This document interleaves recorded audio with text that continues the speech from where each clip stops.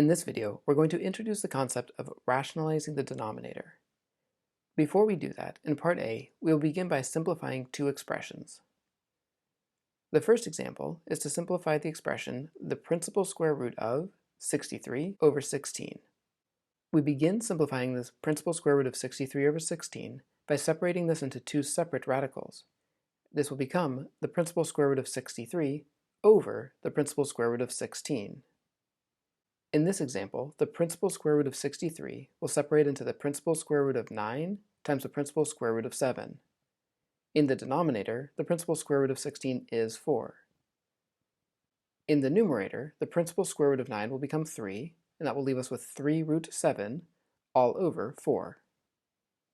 In the second example of Part A, we have the principal square root of 100 over 3.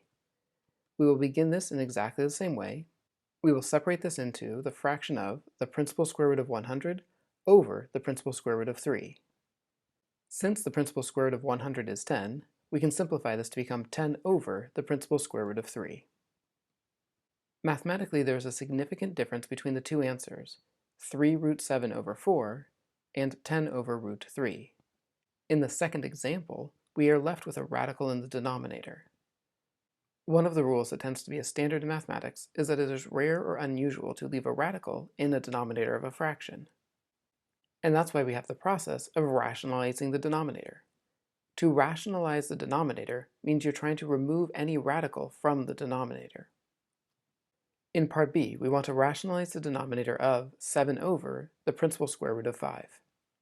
So starting with the original expression, 7 over root 5, we're going to use the same process we use when we find common denominators in fractions by multiplying the numerator and denominator by the same value, but we're going to pick the number that we multiply by to turn what is under the radical in the denominator into a perfect square. That would leave us with a square root of a perfect square in the denominator, which would then become a rational number.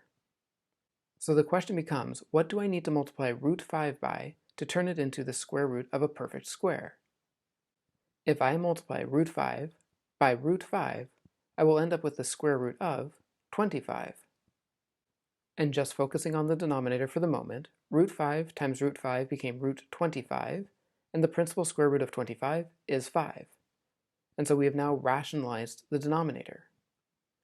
As we've already mentioned, the rule is what you multiply the denominator by, you will also need to multiply the numerator by.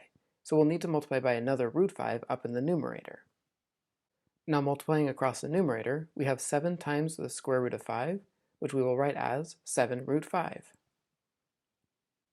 So the new version of this fraction with a rationalized denominator is 7 root 5 over 5.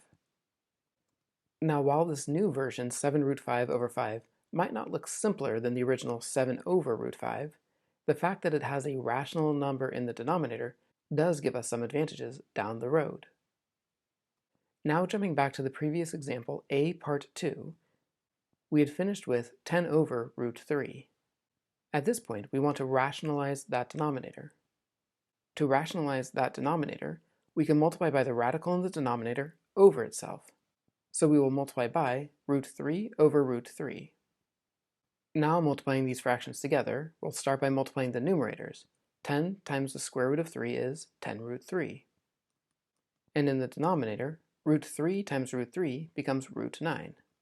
The reason for going through this process is now that we have the square root of 9 in the denominator, we can simplify this to 3. Up in the numerator, we will still have 10 root 3. And so we finish with an equivalent expression, but one that has a rationalized denominator. To rationalize a denominator means to remove any radical from the denominator.